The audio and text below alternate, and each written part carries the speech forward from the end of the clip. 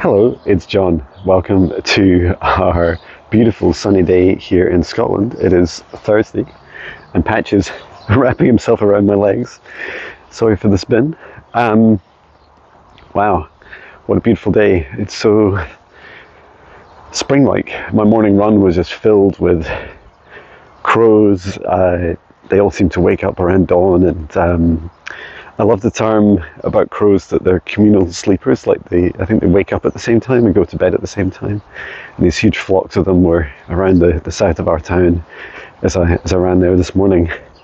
If you ever wondered why it's quite quiet here when I'm walking around, it's because I come out just the way timings work. After I've done a song, yes, another song, I come out after the school run, so it also allows me to film without having to film lots of people who probably don't want to be filmed. Mainly the younger people. I care less about the adults. So, yeah, let me talk to you about dimensions. I was chatting a bit about them on Tuesday, and specifically about the fall of the third dimension. But let's talk more about the concept of dimensions, because I was just getting a really nice download about them. So perhaps a really simple way of imagining a dimension is, imagine a bubble, right? Let's imagine that this bubble is like a big balloon, and maybe it's like the size of a house, like one of these houses that you see either side, and that the dimensional bubble is a bubble because there's something different about it, and that is that the energy inside of it is different on the inside as it is to the outside. A bit like, in fact, this is a perfect analogy, because the way a balloon works is that, you know, a hot air balloon has a much lower density than the colder air around it, and so it rises, right? So, wow, I didn't really think about why that was a good idea, but it is a good idea to share as an example. So imagine this, that there's a house with a big bubble around it, and it's like a big balloon, and that there's density to, for example, emotions. So it could be, like higher happiness, morning, and then come on, Patch. And it could also be on the outside. There could be lower vibrations, more dense emotions such as sadness, hate, or shame. So what happens? As the bubble around the house, let's say it's this house, as the bubble around the house, let's say the people inside get happier and happier, and their vibrations rise up higher and higher, that the bubble starts to rise, so the balloon starts to rise just like a hot air balloon. And eventually, as it gets higher and higher, it gets so high that it goes up into the sky, and you can't really see it anymore. It's like, where did it go? Where did it go? Where did the balloon go? Or in this case, where did that happy house go? And it's funny, for those inside of the balloon, or if maybe they're on the basket on the hot air balloon that's rising, as that happens, they don't feel like a huge difference, right? I mean, they are happy, they're really enjoying themselves, they're lightly paying less attention to what's going on below. And what's really fascinating in this analogy, oh, look at the flowers, we're going to see those on the way back. What's really fascinating is that when you're higher up, you can look right down. So, for example, when you're in space, you can look down and see the whole planet below you. But when you're down on the planet, when you're down at a lower frequency, a lower altitude, it's quite hard to see things in space because they're like tiny. And whilst that analogy isn't completely perfect, like any analogy, it resonates with me, because I feel like when you're higher up, you can look down, but when you're further down, it's hard to see upwards. Okay. So I've talked about hot air balloons and, you know, like a bubble of happiness going up, and then, you know, everything else outside of that at a lower density, being, you know, more on the ground, being lower down. And it's not about judgment, right? Both are equally important. The highest aspects, the highest happiness and joy and love are just as important as the lowest vibrations and shame. And we cannot ignore these. You know, we can't just ignore the lower vibrations, nor can we ignore the higher vibrations. They all exist, they're all very real, and they have their own purpose to serve. Okay, now I'm just going to pick up. Sometimes I wish I could pause these videos, and sometimes I'm glad I'm just like, I can't, because I think it's just one more thing to worry about. But let me deal with Patch, who's left me a large dog present on the ground to pick up. Okay. Try not to get this on camera for you, because I'm sure you could do without that. So let me talk about dimensions.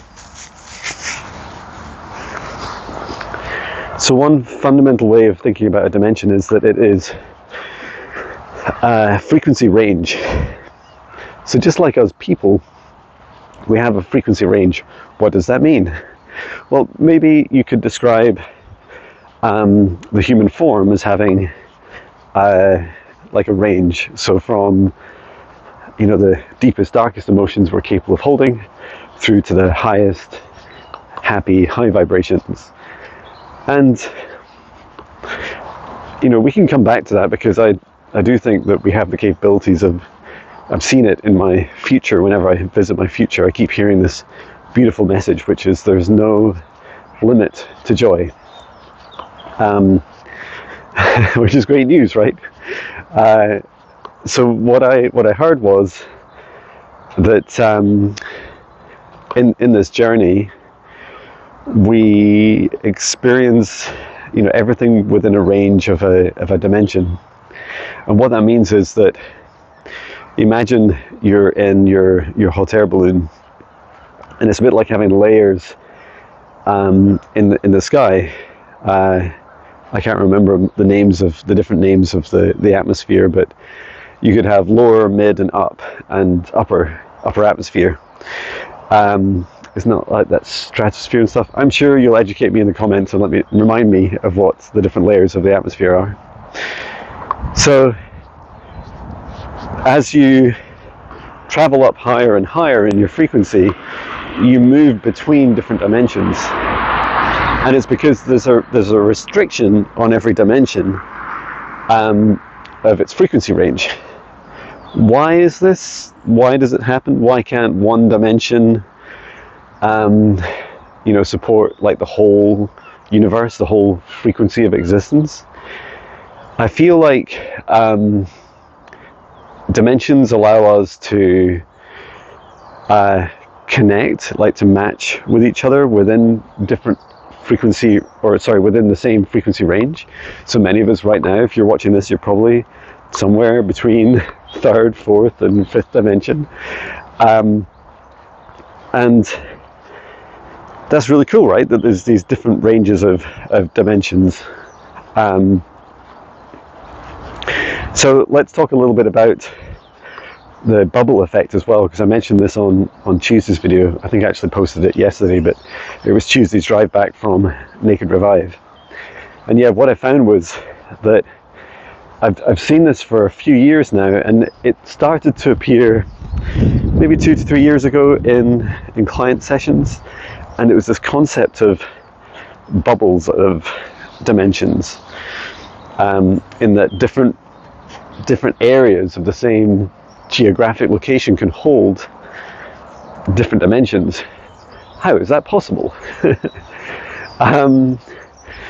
Well, first of all, maybe it'd help to understand that the Earth, like I don't know if you've noticed this, right, but this feeling that Mother Gaia has already begun ascension and is ahead of many of us, right? So she's already present in third, fourth, fifth, and a little bit of the sixth dimension.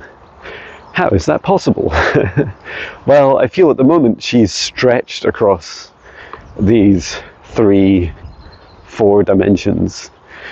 And what's cool about that is that it allows us to remain on the same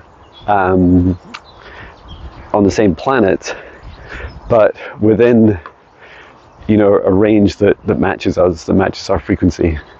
So that's really cool, right? So imagine for a moment that you're in a 5th dimensional bubble. So and your bubble could be the size of yourself, like your auric field. It could be your home, your town, your country, your area of the planet. It might, for you, even be the whole planet. It's a little bit like, you know, here I am walking around a town on a Thursday morning and it's really quiet here, right? It's beautiful, all the flowers are out. Where is everybody? Well, those that are busy working their 3rd dimensional jobs, or busy at work doing their 3rd dimensional jobs or 3rd dimensional schools, and maybe I'm in my 5th dimensional job, and so I get to, you know, enjoy that space. I have seen in client sessions where we've traveled to the 5th dimension and it's much quieter because on Earth there's a lot less people that are capable of either visiting or sustaining themselves in the 5th dimension, but there are people doing it, and this number will just continue to increase. Some of the other fascinating experiences I have is when I'm really happy and feeling like happy and high frequency, that I become less visible to others that are unhappy. A bit like, you know, a balloon up in the stratosphere, or, you know, up in space. It's really hard to see up there. Like there's a big frequency difference between us, and the experience is a bit more like a ghost, right? We don't really see ghosts until we acknowledge them. If you've ever seen a ghost before, in that you don't really see them like wandering around passively. It's almost like you have to connect for that moment where you witness them, and then you're like, oh, I see you, and you know, you stop for a moment and take a breath, and you're like, oh, there's a ghost. So yeah, these are really fascinating, you know, experiences of the universe to feel into.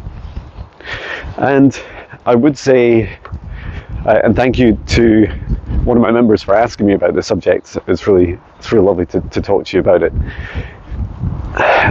One of the other big things about dimensions is when you're in one dimension, you don't exist in another. And so, you know, those feelings you have about something being real or fake or existing or not existing, those feelings are still absolutely true. And so sometimes you end up having to like suspend belief and say to yourself, well, it might not be present in this 3rd dimension I'm in, but it's possible that there is another dimension and that it exists there. Have other, have modern scientists, quantum physicists figured out dimensions yet? I think they're getting there, right? And some of it is inevitably about traveling between the dimensions and those experiences, like only be able to explain phenomena like, I think it's called Willow, Google's quantum chip, which does parallel processing across parallel universes or different dimensions. They're not sure yet. In fact, they don't really know how it works, but they know it works, and it computes very fast as a result. So we're getting there, right? We're starting to open these dimensional doors in our modern science, as well as our more metaphysical explorations. And there's also, UFOs that travel between dimensions and that seem to exist in multiple dimensions at once. These are all interesting aspects as well. Anyway, I thought I would share what's happening today. I have some content to generate, and I'm brainstorming some ideas I've been asked by a few of you to create classes of some kind, where it's not an 8-week course, but it's like something you can attend and experience when it works for you, and learn, practice and learn. So I'm going to look into that. And also, I'm live today at 4:30 UK time, 11:30 Eastern time, 8:30 Pacific time. I'll be on with Viviani doing your quantum psychic readings, clearings and healings, as well as client sessions. Oh, and the last day of the Higher Self Intermediate training. So a fun packed day, and I hope this finds you well. Sending so much love. Take care.